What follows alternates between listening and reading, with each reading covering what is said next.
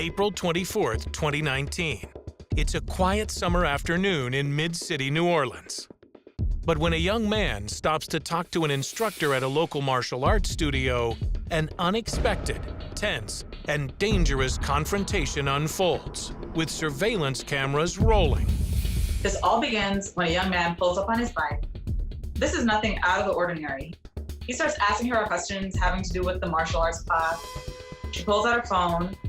They're just chatting. But then, the man does something shocking. He snatches her phone right out of her hand. But this story doesn't end there.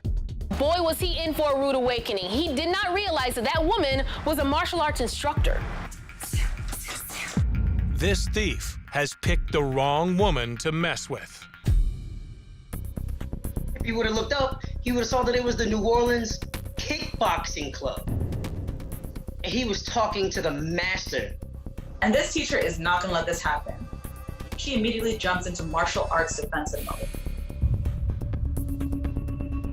She grabs hold of this guy's shirt. She's using her training to protect herself. She moved in an instant. She had him by his shirt, and she pulled him back.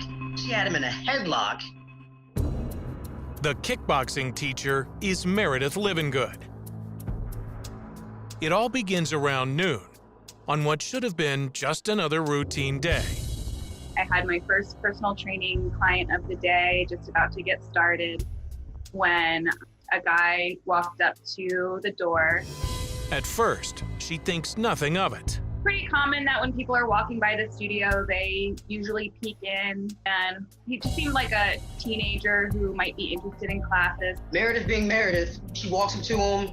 She talks to him about all the different classes they have, all the different programs he can join. I started showing him on the Instagram all the class schedules and pricing and trying to gauge his interest. But then, with one quick, casual swipe of his hand, things take a shocking turn. He got the nerve up to snatch the phone out of my hand and attempted to bike away. I just remember thinking like, oh, hell no, this isn't happening right now in front of my studio. This is not happening.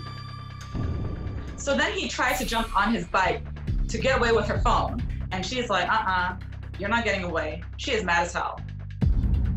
So Meredith did what all her training has taught her to do. And then I saw the greatest butt kicking ever. Meredith, who first started training in martial arts when she was 8 years old, quickly gets the man off his bike. I was able to separate him from the bike. The bike fell to the ground and I was able to get him from behind. He kind of went limp in my arms. I got my phone out of his hand, threw that to the ground. And that's when things get scary. With the man's bike on the ground, Meredith's student comes out to see what's going on. And then the man starts making threats. I'm sort of herding him away from the studio, away from the bike. I was just shouting at him to go away, get the police out of here. And the farther that he got from the bike, the more aggressive he became and started yelling that he had a gun. One thing perpetrators are not expecting to happen is for people to fight back. Now, it introduces a whole other set of circumstances that they are not counting on.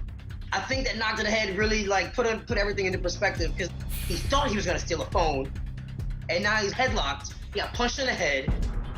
He definitely seemed shocked in the moment where I was pulling him off the bike and stunned while he was in the chokehold. So he was probably angry, he was probably scared, and I think I was kind of mad, and that just seemed to be escalating the situation. So there's a really tense moment here where she releases him from her grip, and then he kind of squares off and threatens that he has a firearm.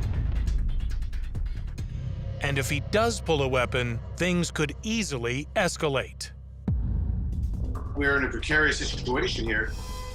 If he decides to use that firearm, not only is she at risk, but everyone else around her now is at risk. He's not backing up, and she is not backing down. And she had a student at the time, so anything could happen. I was definitely trying to stay between the guy and the student.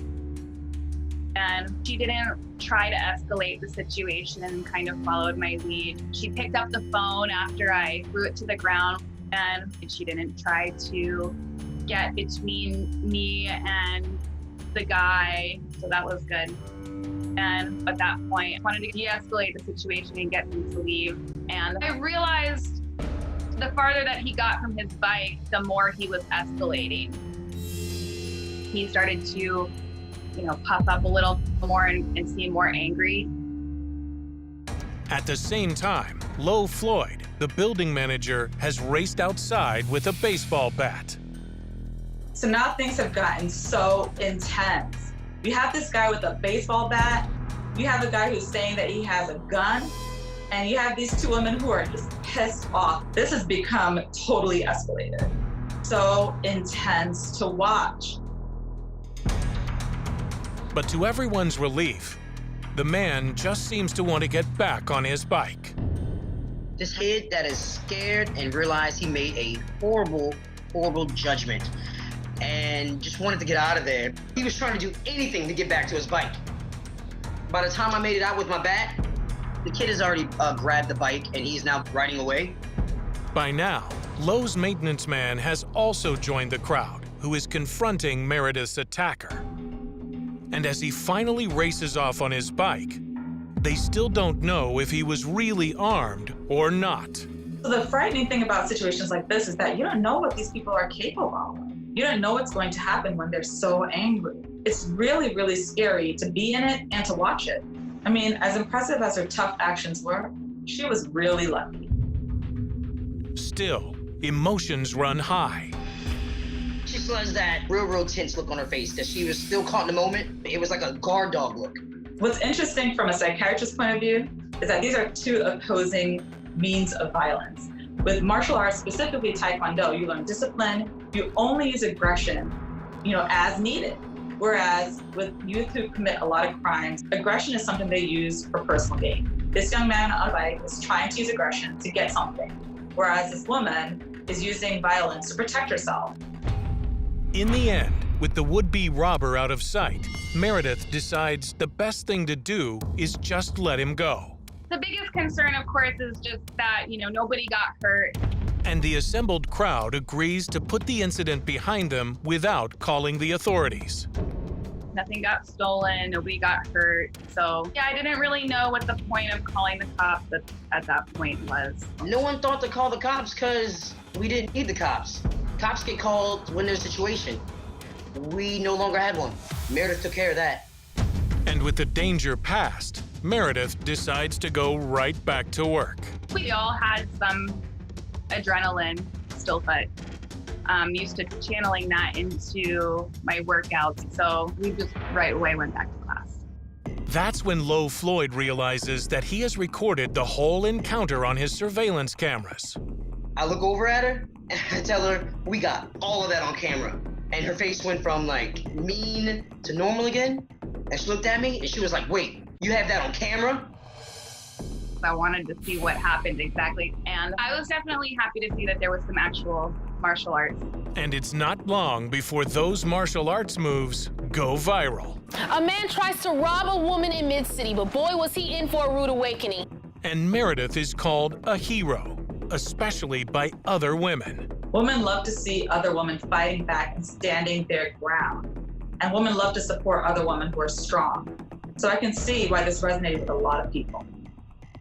One lady in particular who told me that she had been scared to go out and hadn't been going out for months. And then when she saw that gave her the confidence to go back out. And that made me feel great that my experience had given somebody else more confidence to enjoy their life more fully.